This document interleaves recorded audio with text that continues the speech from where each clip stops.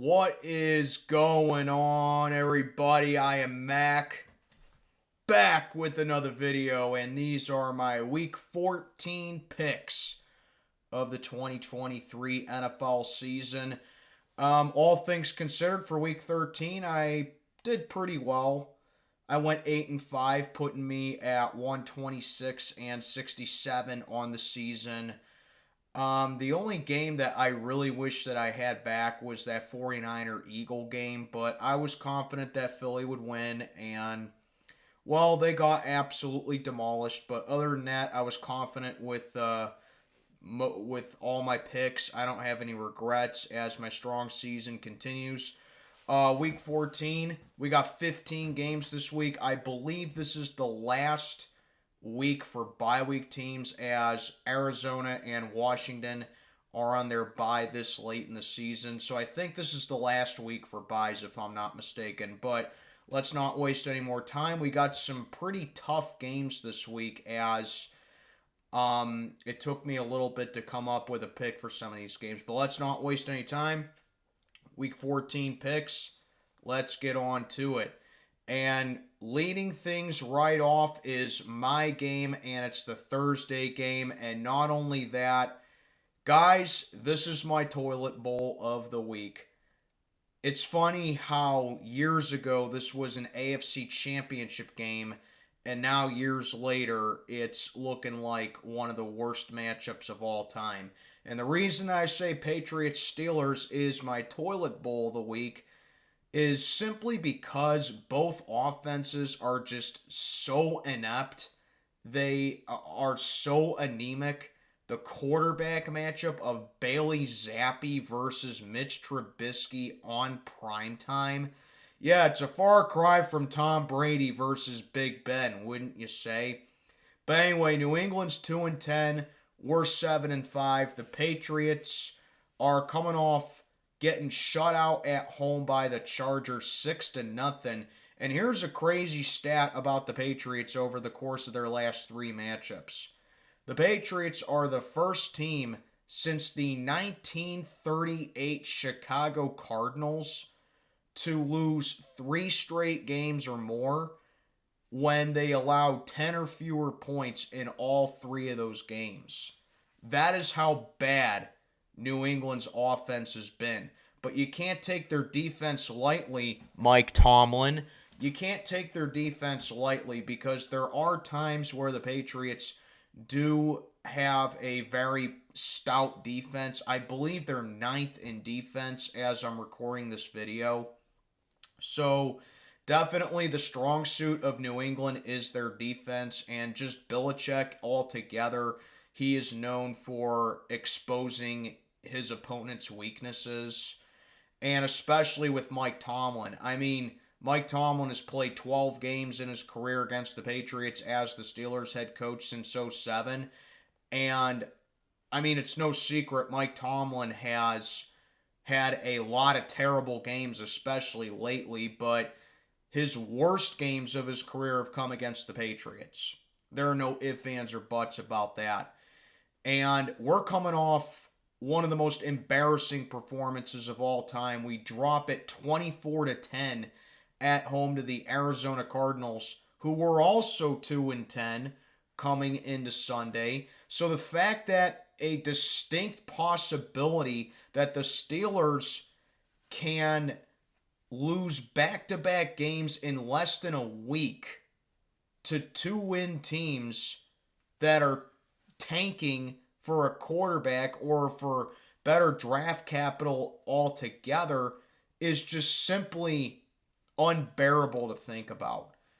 But the fact that it's a possibility is just so disgusting to think about.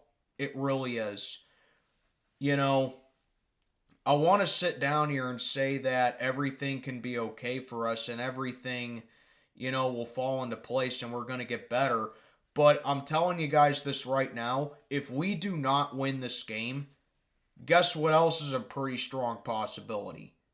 There's a strong possibility that I may not pick the Steelers for the rest of the season, because the final 4 games we have after Thursday, next Saturday at the Colts, which, yes, we always beat the Colts, but they've been red hot lately. They've won 4 in a row, and they're still very much alive in the AFC playoff hunt. I don't think that's an easy game. Then the following Saturday on the 23rd, we have our final home game of the year when the Bengals come to town.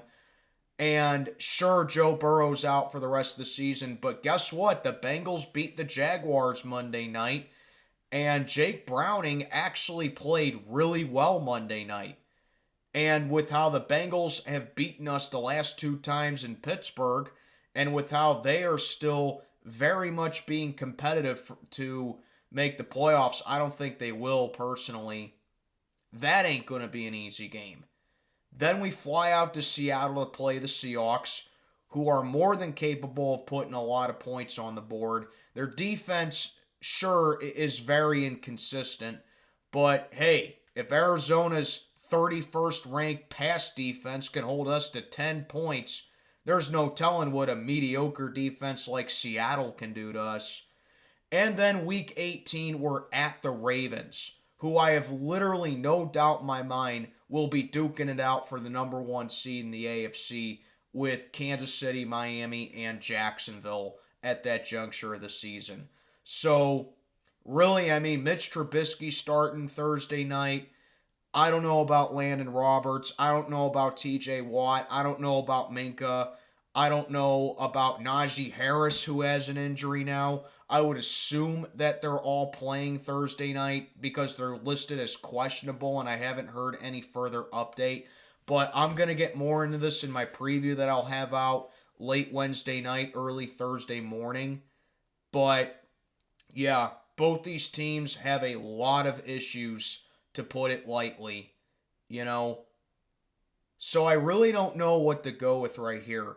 I think we benefit better offensively because we use our offense better than New England does. And by that, I mean our strong suit is our run game. So Jaylen Warren definitely has to get involved here.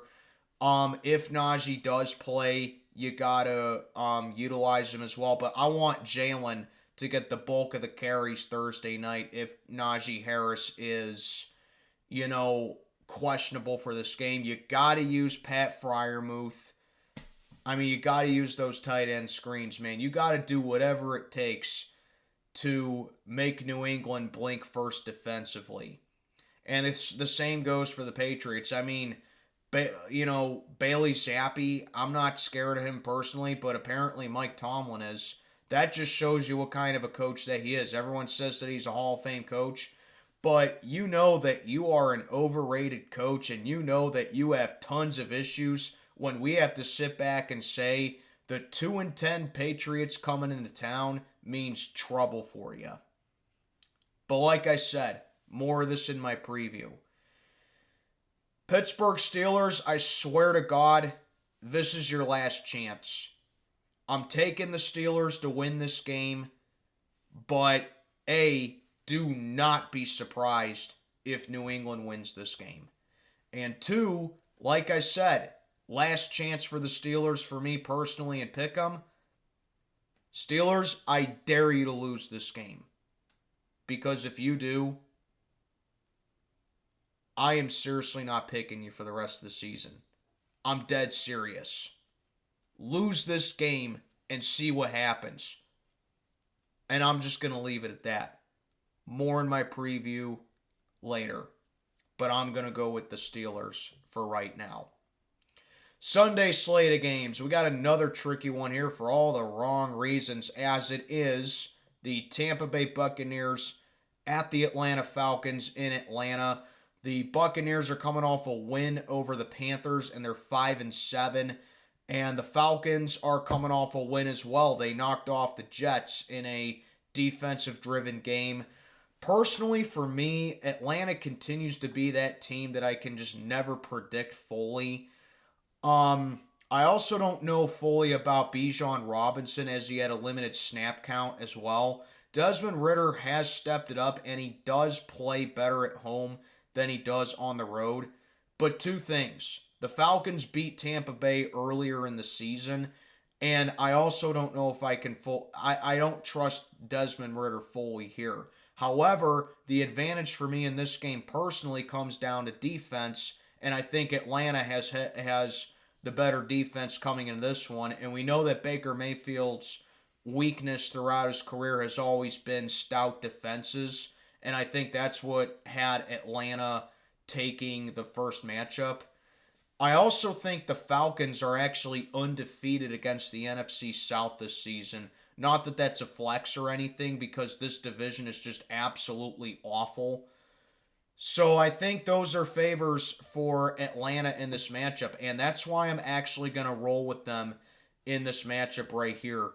Again, it's one of those scenarios of when I don't know who to pick, I go home team. So this is kind of like a shot in the dark for me. I'm going to take Atlanta to get the job done over the Bucs, also because Tampa Bay has just been ice cold ever since they got off to that strong start to the season. So I'm going to go Atlanta here to get the sweep. Next, we got one of the easier ones to pick, as we got the Detroit Lions going to Soldier Field to play the Bears. As the last time these two met, the Bears blew a double-digit lead against the Lions in Detroit, and the Lions came back and won. So maybe that alone can be like, you know what, this probably won't be as easy as you think. But still, you look at the two teams on paper. Detroit, I just think, is head and shoulders the better team. They're coming off a win against the Saints down in New Orleans, as they got off to a really quick start, up 21-0 on them in the first quarter in the blink of an eye. But the Saints did come back, and they nearly did pull off a miraculous comeback against Detroit, but the Lions were able to hold on and win. Also, I got to give Justin Fields a little bit of credit. Ever since coming off that injury, he has played well. And the Bears are also coming off their bye week as well, when before that they got the job done over the Minnesota Vikings on Monday Night Football. So maybe this won't be as easy as you think, but still I'm going to go with the Lions to get the sweep over the Bears here, because like I said, I just think Detroit's the better team. I think that they've been road dogs all season, despite them being named after a cat. But, little joke right there, I know. But you get the point.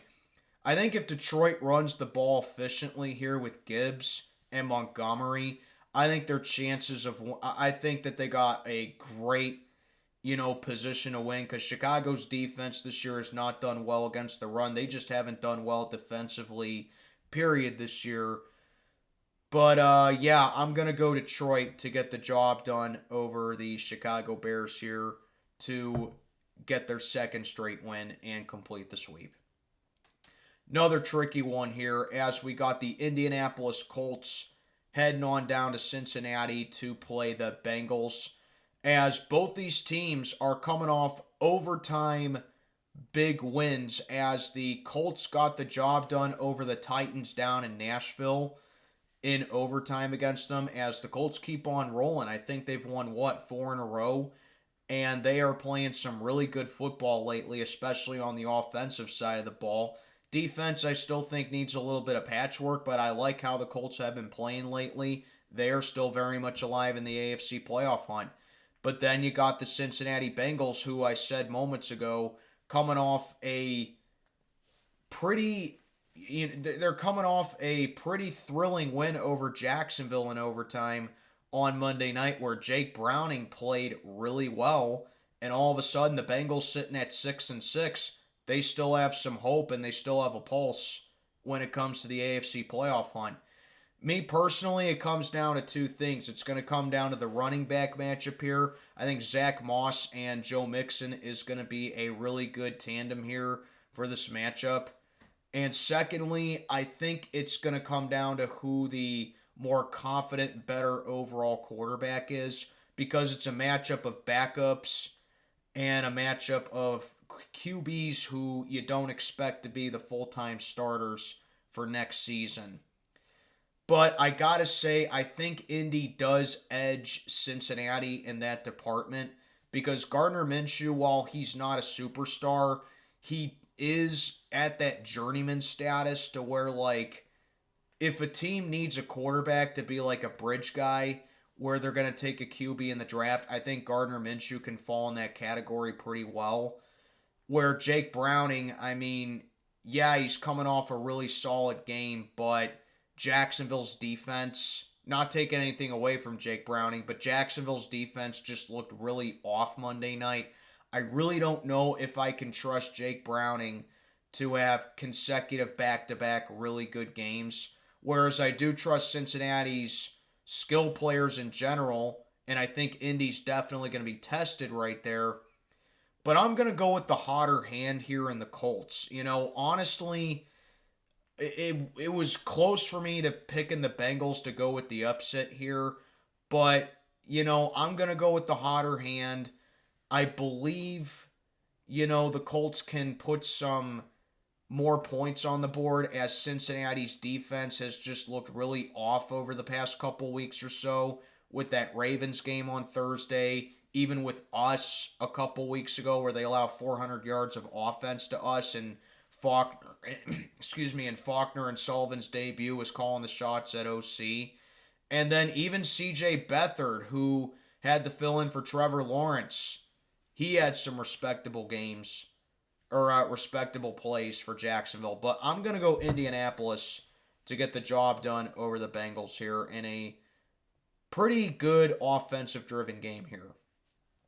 And then speaking of C.J. Beathard, he is most likely going to be the starter in this game, as I don't know the status of Trevor Lawrence, but we got the Jacksonville Jaguars heading up to Cleveland to play the Browns. As, like I said, C.J. Beathard is looking more and more like the starter for this one, as Trevor Lawrence suffered an injury Monday night against the Bengals. He is listed as week to week, so it's possible that he could play in this game.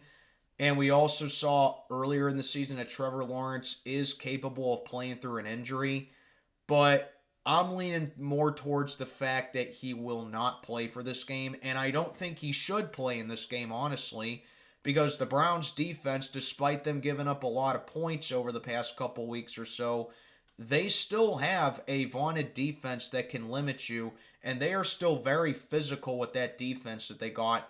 And the Browns, I think a very big advantage for them is the fact that after a very tough West Coast trip where they lost 2 games in a row, dropping one in Denver to the Broncos and then getting whooped by the Rams in LA, they come back home where the Browns have played really well at home this season. I think they've only lost 1 home game this year, and that was back like in week 3, if I'm not mistaken, to the Ravens. And also the Browns, I think Joe Flacco is going to start in this game for them as well. I mean, he did okay, nothing great. He threw 2 touchdown passes against the Rams. But it seems like the Browns, are riding some momentum here.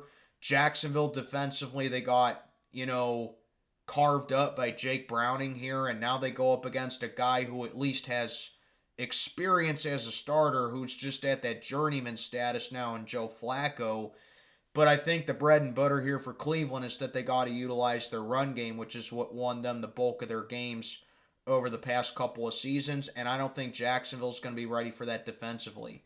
So, the Browns are favored in this game simply because of Trevor Lawrence's injury, but I'm still going to make this my upset of the week. I am making this my upset of the week by taking the Cleveland Browns here because Jacksonville still has a solid run game with Travis Etienne, and they still have some really good targets for CJ Beathard to succeed as a backup until Trevor Lawrence is ready to come back and fully play. So I just think Jacksonville's just the better overall team coming into this matchup despite Cleveland being the favorites. We all know why they're favored is because of Trevor Lawrence. I really have no doubt in my mind that if Trevor Lawrence didn't get hurt, the Jags would be favored in this game. But I'm going to go Cleveland to get the upset here over the Jaguars and keep themselves alive in the playoff hunt in the AFC. Next, we got the Carolina Panthers and the New Orleans Saints. So the NFC South plays each other this week. Keeping it short, I am going to go with the New Orleans Saints, as the Saints, like I said, they found themselves down 21-0 before they could even blink. But they did rally back and they made it close, losing 33-27 to Detroit. So I mean, that's just the thing with the Saints. I mean, they can get things clicking on offense, but that defense has just been really up and down this year.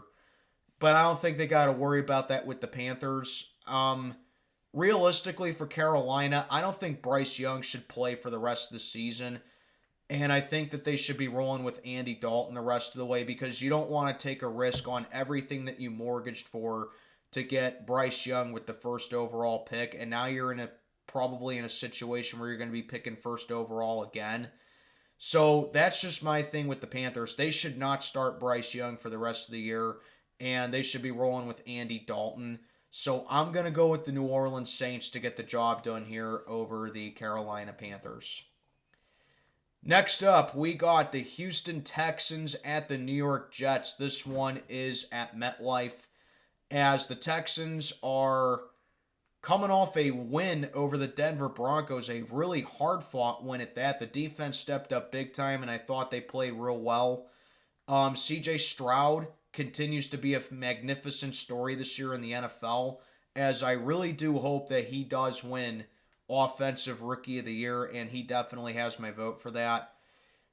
But the thing with me personally about the New York Jets is that even though they dropped it to Atlanta, the Jets have shown me that defensively they are always going to be a tough team to play, and they've shown that this year. They've gone up against some very elite QBs this year, like Patrick Mahomes and Jalen Hurts and Justin Herbert, and credit to the Jets defense. They did play all those quarterbacks they played those quarterbacks really well. But why are the Jets coming in here with an anemic offense? It's because of their quarterback situation. And I have no doubt in my mind if Aaron Rodgers was healthy, the Jets would definitely be in way better position than what they are right now. But my thing with the Jets, I think they're probably going to be going with Tim Boyle for this game, which yeah, I mean, you look at this game on paper, it's like, oh yeah, the Houston Texans are going to win this game easily. I really don't think so. I mean, sure, I got the Texans winning this game, but this is actually going to be my spread of the week, and I actually got the Jets covering this game.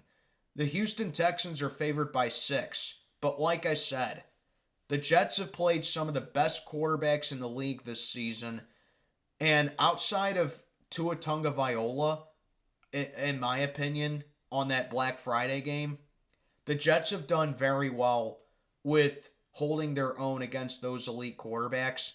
And I think with Houston also having to play 3 top 10 defenses this year, and they lost all those games, I really don't think this game is going to be all that easy for Houston. I think C.J. Stroud is definitely going to be tested, kind of like he did against the Broncos last week. But I am going to go ahead and give the Texans the W here to keep themselves alive. But I actually got the Jets cover in this game. 21-18. Houston wins this one over the Jets in a pretty hard-fought game, in my honest opinion. Then we got the Los Angeles Rams heading on out to Baltimore to play the Ravens, as the Rams are coming off a win over the Cleveland Browns. Like I said a couple minutes ago, they dominated them. Cooper Kupp has newfound confidence as he scored a touchdown. Matthew Stafford played well. Rams just looked really solid against the Cleveland Browns, putting up a lot of points against them. As I said, 24 seems to be their magic number, and they got 36. Or I know they got at least 30, but they got the job done over the Cleveland Browns. But they are going out to Baltimore to play the Ravens, who are, first of all, coming off their bye week, and secondly, are at home. And Lamar just has that dominant record against the NFC. He's 17-1 in his career against the NFC. I am not making that stat up. That really is his record against the NFC. He's just done very well. While I do think the Rams can put up a fight in this game, and they're definitely going to be in desperation mode when it comes to the playoff hunt in the NFC, I just can't trust Matthew Stafford going up against, stout physical defenses like the Ravens have, because they are currently 3rd in defense, and we all know that is Matthew Stafford's kryptonite. So I think the well-rested Ravens unfortunately pick up another win here. Although, like I said, I do think the Rams can give them a little bit of a headache, but not enough to get the job done. I'm going to go with Baltimore to get the job done over the Rams. Later slate of games. First up, we got the Minnesota Vikings and the Las Vegas Raiders going at it in Vegas. And this matchup is interesting right off the bat to me because both these teams are coming off their bye weeks. The Vikings last played a Monday night game a week and a half ago against the Chicago Bears, a game in which Josh Dobbs played very poorly through 4 interceptions, and the Vikings lost it to the Bears. And the Raiders coming off their bye week, I don't remember. Oh, yeah, that's right. They played Kansas City. They are coming off a home loss to the Kansas City Chiefs, but the Raiders in that game against Kansas City, even though they ended up losing by double digits, the Raiders played Kansas City very tough. They were actually up 14-0 at one point over Kansas City, and that just seems to be the morale with the Raiders ever since they made the head coaching change. Antonio Pierce seems to be the guy going forward with the Raiders, and I definitely do think that he should be the permanent head coach for them.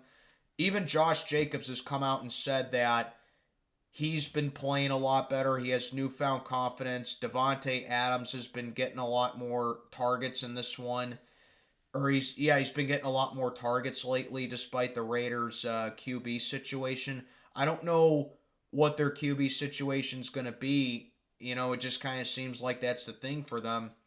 As Josh Jacobs just keeps getting more involved, he now is getting all those carries, and it's given Vegas a better chance at winning. So there's definitely a lot to like for the Raiders coming into this one. But with me, the story with Josh Dobbs has just been real remarkable this year, or at least when altogether, because sometimes I forget he was even with the Cardinals. But Josh Dobbs has been a great story this year. I hope he keeps it up. And the Vikings have just been very resilient this year in general. With injuries they've lost and players that they weren't able to hold on to, especially with Kirk Cousins and their running back game. Minnesota's been able to stave it off, and they're right in it in the NFC playoff hunt. And now they just got Justin Jefferson activated in this game when he had an injury stint. So I really don't think either team has an advantage in this game, seeing that they're both coming off their bye. So I'm going to roll with the Vikings on this one, although I do think the Vikings are kind of on upset watch for this game, simply because of the newfound life that the Raiders have with Antonio Pierce as head coach, or as interim head coach, I should say. So I'm going to go Minnesota for this one, but it would not surprise me if the Raiders indeed pulled off the upset. It's a trap. This one right here is honestly my trap game of the week right here. Seattle Seahawks and the San Francisco 49ers going at it in San Francisco. Now, on the surface, this looks like an easy pick because the Seahawks have been sliding lately. I think they've lost 3 consecutive games. Their defense has just been getting manhandled, and they're coming off a pretty tough loss to the Dallas Cowboys last Thursday night. An incredible game last Thursday night against the Dallas Cowboys. They've lost the last 4 matchups to the 49ers, including last year where they lost 3 times to the 49ers, including the playoffs. And the last time these two met was Thanksgiving night, where the 49ers got the job done over the Seahawks in dominant fashion. So it's like, plus the 49ers coming off absolutely destroying the Philadelphia Eagles in Philly, which is their statement win of the season. Brock Purdy continues to play at an MVP level. CMC continues to just gash defenses left and right. The 49ers receiving game, especially with Deebo Samuel, big chunk play after big chunk play, shedding tackles. Niners defense was just stout against Philly. So it's like, the 49ers are going to win this game easily, right? I don't think so. Because even though the 49ers are picking up where they start off the season, coming off their bye week, and they just look revamped and rejuvenated, and they've put that 3-game losing streak behind them. The reason this is my trap game is because the last time these two teams played was Thanksgiving night, and even though the 49ers won that game by double digits, there were moments where the Seahawks gave the 49ers some trouble. Mainly in the third quarter where they had that pick six on Brock Purdy. And there were moments where the 49ers, they had some trouble moving the ball. Plus, you got to figure Seattle's offense, they can definitely put some points on the board, like I said in my Patriots Steelers entry. So honestly, I really don't know how easy you want to make this game be. Personally, I think the line is too much for San Francisco, and this was close to being my spread of the week as well.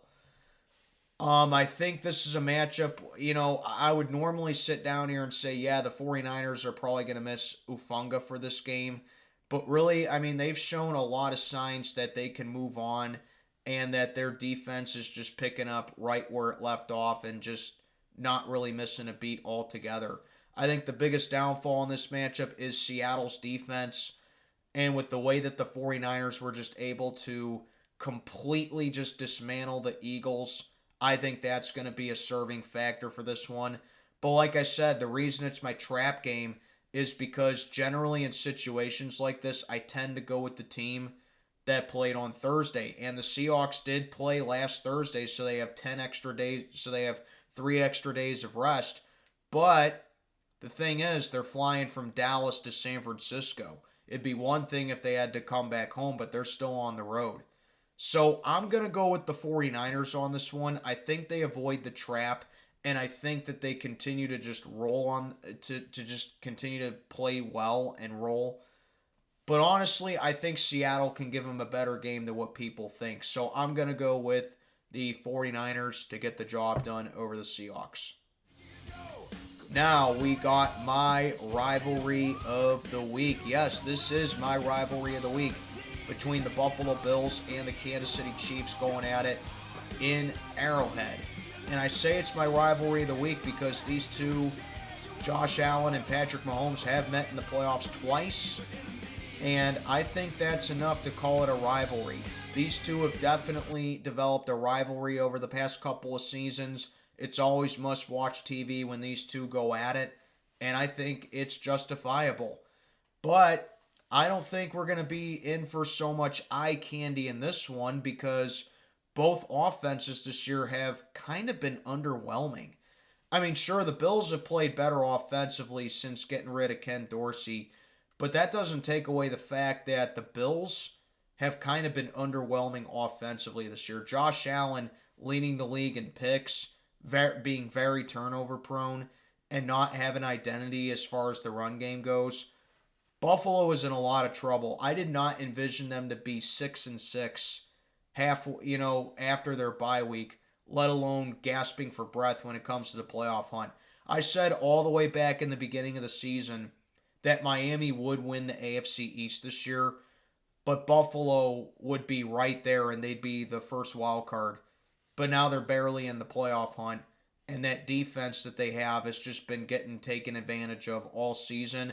And I think with Von Miller now with the arrest warrants that he's had, that's not going to make things any better for Buffalo. The only advantage that I really have for the Bills in this one is that they are coming off their bye week, so they are well rested coming into this one, and they have had the Chiefs number in the regular season, but honestly, I think they're going to be dealing with a very frustrated and annoyed Kansas City team who are coming off a really bad loss in Lambeau last Sunday night, as I did call for the Packers to pull off the upset against the Chiefs. But with me, even though Kansas City this is the most vulnerable that I've seen the Chiefs in a long time, probably since like that 2017 season, where it was the first season before Mahomes' first full season as a starter. So, this is the most vulnerable Chiefs team that I've seen in a while, man. And I definitely do think the Bills have the intangibles to go into Arrowhead and get the job done over Kansas City. But if there's one head coach who definitely knows how to rally his troops together and avoid consecutive losses and avoid back-to-back bad weeks, it is Andy Reid. That's why he's a first ballot Hall of Fame head coach. That's why he's one of the greatest head coaches of all time, in my honest opinion. So I really don't foresee Kansas City dropping 2 in a row. I don't think this is going to be as high scoring as what people say. I think it's going to be in the neighborhood of like 24-21. I think both defenses are going to, bust their ass in this one. But I got Kansas City getting the job done because I just trust the team who I can trust more. Buffalo has just played very poor football lately. So I'm going to go Kansas City to get the job done over the Bills. Then we got the Denver Broncos at the Los Angeles Chargers at SoFi. And once again, I'm going to keep it short. I'm going Denver on this one. What I saw from the Chargers was just disgraceful. They won 6-0 over the Patriots. And like I keep pushing the envelope with LA, until they show me they can beat an upper echelon team. Not that I think Denver is an upper echelon team, but the Broncos have definitely been red hot lately.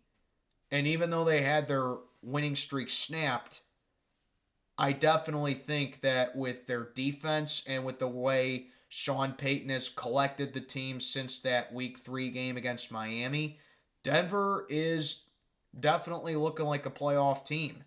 But until the Chargers prove to me they can beat a playoff team, or they can beat a team, or they can just beat a good team in general, I'm not taking them seriously. I think Denver's defense is going to give Justin Herbert a rough time, and I think Denver's offense is more than capable of having a solid game against the Chargers. I do not trust LA whatsoever, and I'm going to go with the Denver Broncos to get the job done over the Chargers.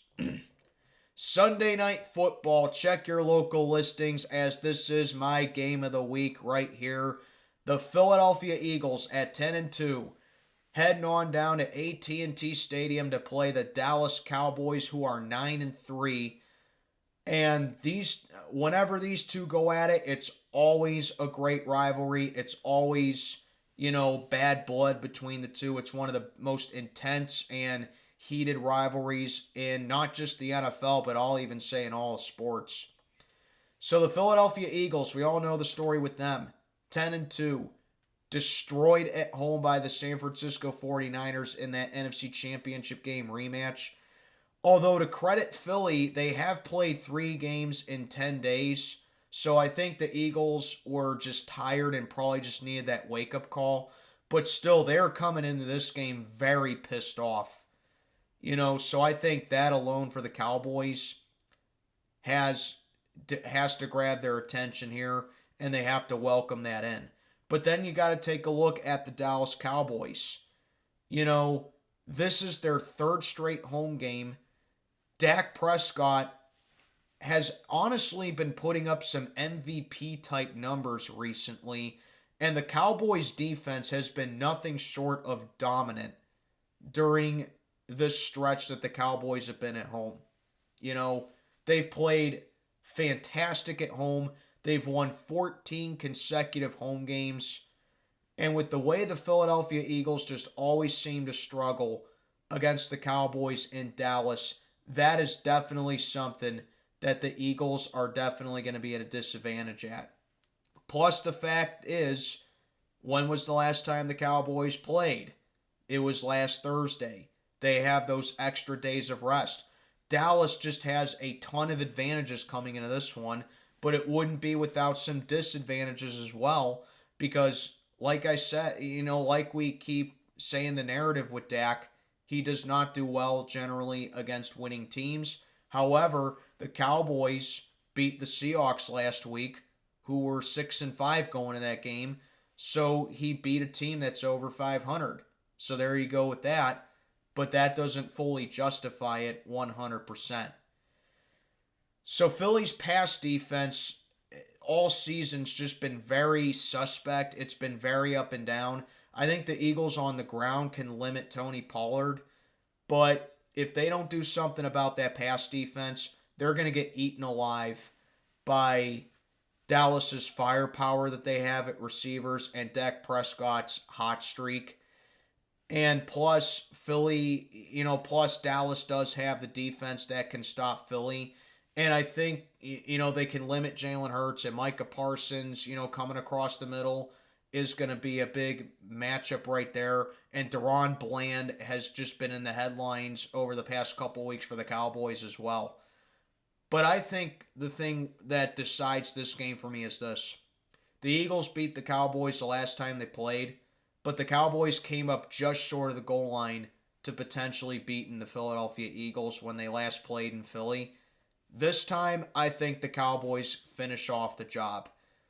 I said at the beginning, I don't see Philly sweeping Dallas, and I don't see Dallas sweeping Philly. The Eagles always struggle in Dallas, like I said. And I think until the Eagles win in Dallas, I'm going to take the Cowboys to beat them in Dallas every single time. So I think the Cowboys earn the split. They go to 10-3, and they make things very interesting, not just in the NFC East, but honestly for the number one seed in the NFC. Because if my 49er prediction holds up true, that would put the 49ers at the first seed.